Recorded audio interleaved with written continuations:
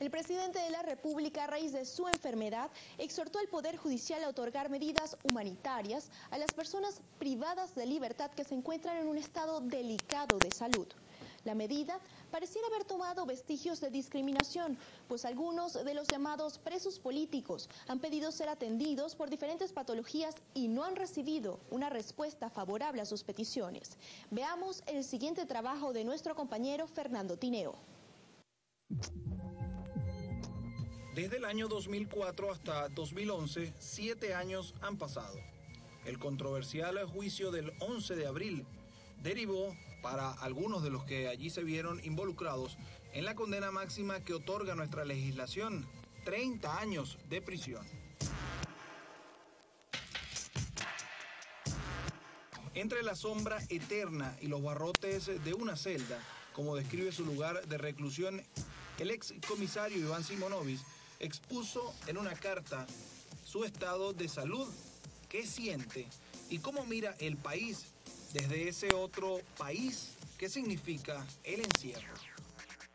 Tras 4 años solicitándole a las autoridades ser atendido por médicos especialistas, el pasado 5 de septiembre de este año fui trasladado a una clínica para hacerme unos exámenes y estos fueron los resultados.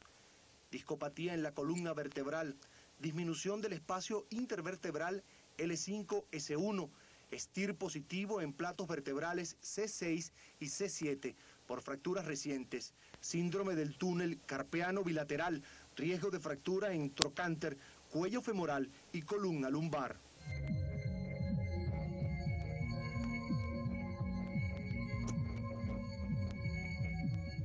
Definitivamente, las condiciones de reclusión en que me encuentro. Es una celda de 2x2, donde tiene todas sus cosas, un pequeño escritorio, su cama, unas mesitas para guardar su comida, su ropa. Además que él está justamente frente a lo que es una cocina para más de 30 presos que hay ahí. Entonces, desde las 6 de la mañana hasta a ellos los encierran desde las 10 de la noche hasta las 6 de la mañana. Y cualquier emergencia médica o si tienen que ir al baño o cualquier cosa, ellos tienen que resolver dentro de su propia celda, porque están cerrados con candado bajo llave. No tienen acceso en esa celda, no tienen dónde hacer sus necesidades. No, ellos no tienen, y por eso no es casual que varias personas que han estado presas han sufrido cáncer de próstata, porque ellos no tienen las condiciones. A todo esto le debemos agregar un peligrosísimo factor de riesgo, la falta de exposición a los rayos ultravioletas que proporciona la luz solar, responsables de la producción de la vitamina D. La protección del derecho a la salud y a la vida cobran especial relevancia en los casos de personas privadas de libertad, según el artículo 43 de la Constitución, por cuanto es el Estado a quien corresponde en forma indelegible. Fui sentenciado el 4 de abril de 2009 a 30 años de prisión. Desde esa fecha hasta el día que me trasladaron a la clínica, transcurrieron 2 años y 5 meses sin tener contacto visual alguno fuera de este vetusto edificio.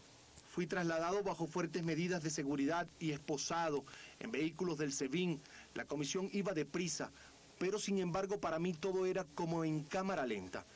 Debo confesar que es difícil describir lo que sentía, pero dejé de mirar y empecé a observar.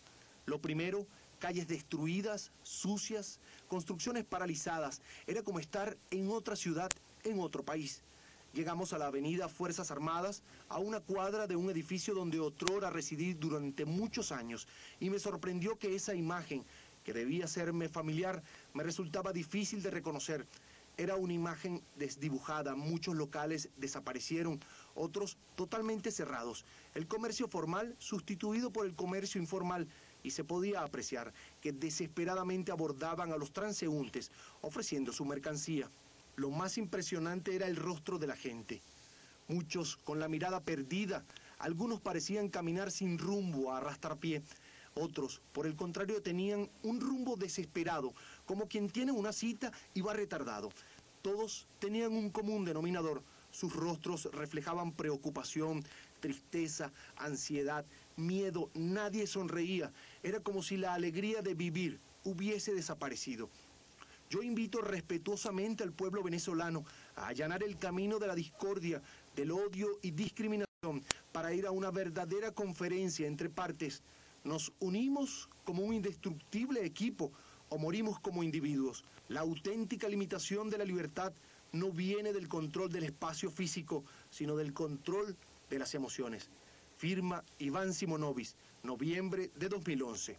Tenemos nuestra mesa, bueno, como siempre le he dicho, está frente a un baño. Nosotros tenemos que almorzar frente a los dos baños de la visita. ¿Sabes? Es una condición muy deplorable para uno, porque al final ese es el único recuerdo que tienen mis hijos de la familia, ¿no? Esos domingos almorzando frente a un baño, monitoreados por una cámara, compartiendo todas las alegrías y tristezas de todas las personas que tenemos al lado, sin posibilidad por lo menos de abrazar o de compartir en privado con su papá. Hay quienes piensan lo contrario. Aseguran que sí existen perseguidos y presos políticos. Preso político es aquel que ha cometido un delito político. Los delitos políticos están previstos en el Código Penal y se refieren a los delitos contra la seguridad exterior o interior del Estado. Entonces son los delitos que atentan contra la República de Venezuela, la República Bolivariana. Hoy por hoy tenemos una nueva connotación de delitos políticos, que son aquellas personas que están siendo procesadas por delitos comunes, pero en el fondo la causa de procesamiento es política. Y el mejor ejemplo de eso es el caso de los comisarios Viva, Forero y Simonovic y los funcionarios de la Policía Metropolitana. Ellos están siendo juzgados y fueron sentenciados por homicidio, por delitos de homicidio por los hechos del 11 de abril. Los comisarios están condenados por haber ordenado a través de una radio del Centro de Operaciones Policiales de la Policía Metropolitana dar muerte a esas personas y haber repartido las armas. Probamos en el juicio que todas las policías tienen su parque de armas, que los funcionarios van al parque de armas y retiran su arma.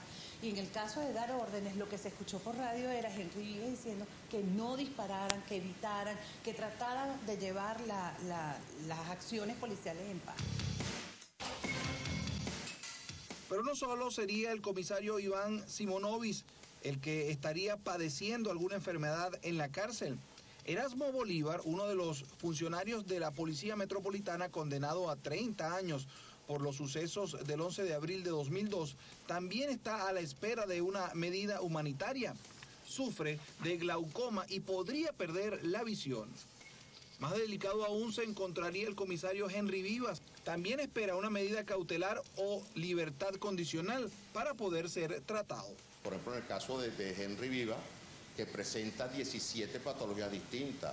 Henry Vivas todavía no tiene cáncer, todavía no se le ha diagnosticado esa enfermedad, pero sí hay informes, y los informes son claros cuando dicen que tiene la alta probabilidad de contraer cáncer de esófago. Al comisario Vivas, con esa decisión de negarle esa medida humanitaria, se le condenó literalmente a muerte. Al diputado electo José Sánchez, conocido como Mazuco, le diagnosticaron cáncer de próstata. Sin embargo, la medida no llega. El comisario zuliano sigue confinado y su enfermedad estaría avanzando. En el caso del comisario Mazuco, él está en Senapromil. Sin embargo, fíjate, tiene un cáncer. Aquí tenemos a un juez que no entendemos qué le ha pasado. Nosotros solicitamos la medida humanitaria hace aproximadamente 7 días. Senapromil es Ramo Verde, el Centro Nacional de Procesamiento Militar, que reúne las condiciones pues, para estar una persona detenida. En el caso del comisario José Sánchez Mazuco, nosotros solicitamos la medida humanitaria, hará como 6 días. Las últimas veces que hemos ido, el secretario dice que están haciendo un proyecto con respecto al caso. Y no hay proyecto posible. Estas son las cosas cuando es un preso político.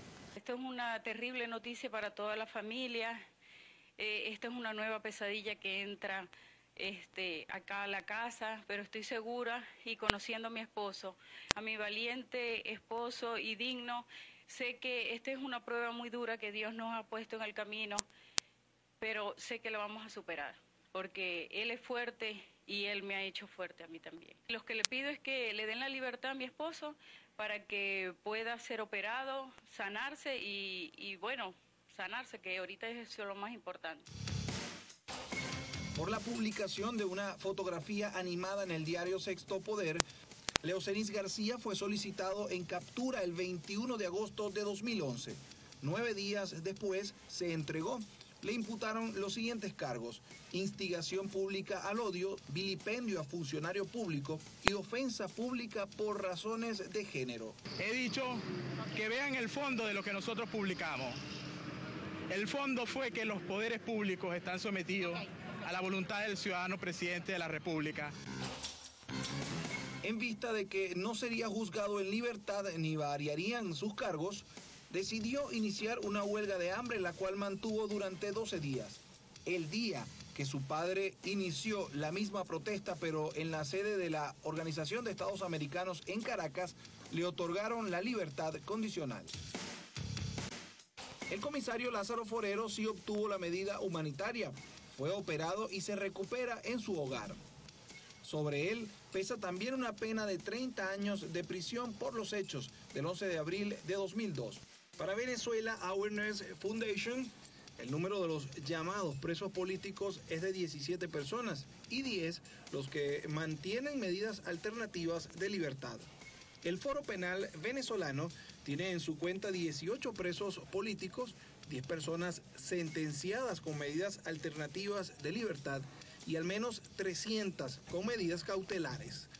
Presos políticos o políticos presos, como dice el presidente de la República. Lo único cierto es que son seres humanos y como tal deben ser tratados con humanidad. Para Caso de Investigación, Fernando Tineo. Hasta aquí este caso de investigación. Recuerde que puede seguirnos en nuestra cuenta Twitter @casoinvestiga. Estuvo con ustedes Andrea Quiroga. Será hasta una próxima entrega.